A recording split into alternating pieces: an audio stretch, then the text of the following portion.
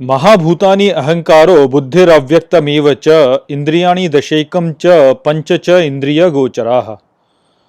Hello friends, this is the fifth shloka of the 13th chapter of Bhagavad Gita, and today we will understand this shloka in detail. So let's first go over its meaning. So the shloka says, Mahabhutani ahankaro, which means elements, ego, buddhiravyaktameva cha, which means intellect, unmanifest, as well as indriyani dashekam cha, which means 11 senses, pancha cha indriya gochara, which means and 5 sense objects.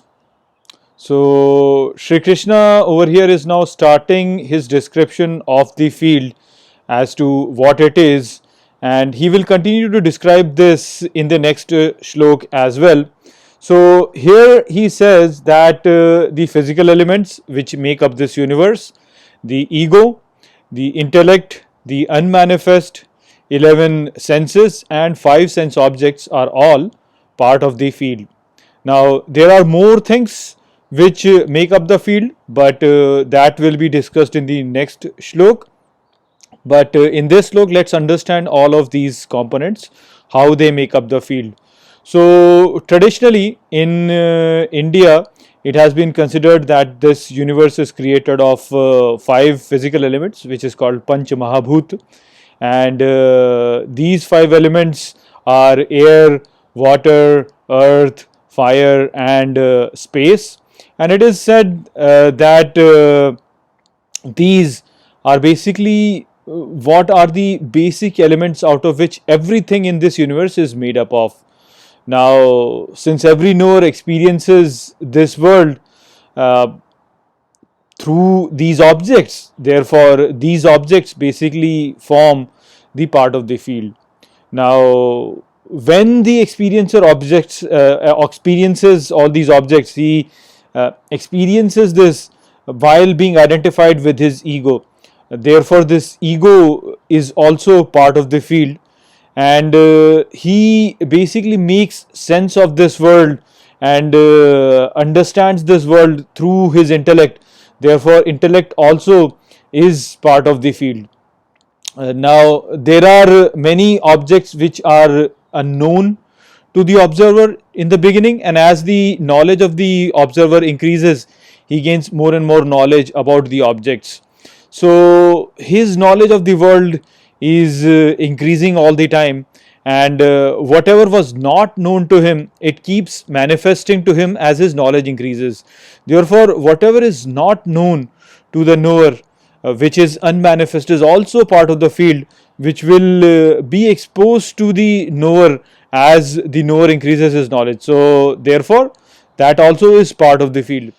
Now all these objects which are experienced by the knower, either they are manifest or they are unmanifest, they are experienced by the observer through the senses. Therefore these senses are also part of this field. So the senses that Shri Krishna is mentioning over here are 11 senses and 5 sense objects. The 11 senses actually include the mind, and 5 working senses and 5 senses of knowledge. The 5 working senses are voice, hand, feet, the excretory organs and the reproductive organs. The 5 senses of knowledge includes the eyes, the ears, the nose, the tasting, which includes which is basically our tongue, and our skin. Now the 5 sense objects are basically the sense objects related to these 5 senses of knowledge, which is seeing, then hearing, tasting, smelling and the touching, or you can say the sense of touching. So these senses are basically associated in that way in terms of the interaction of the knower with the universe, you can say. So these were the parts of the field which were mentioned over here by Shri Krishna in this shlok. There are more sense objects that we will learn about. There are more parts of the field which we'll talk about in the next shlok. These are mostly associated with the emotional aspect, or you can say the subtle aspects of the field. So that we will understand in the next slok. In this slok, Shri Krishna mostly talked about the part of the field which is associated with the gross aspect, how the knower interacts with the physical world over here. So that was the message of this shlok. I hope that I have explained this shlok well to you. With that, I'll close this video. I'll see you in the next video. Take care.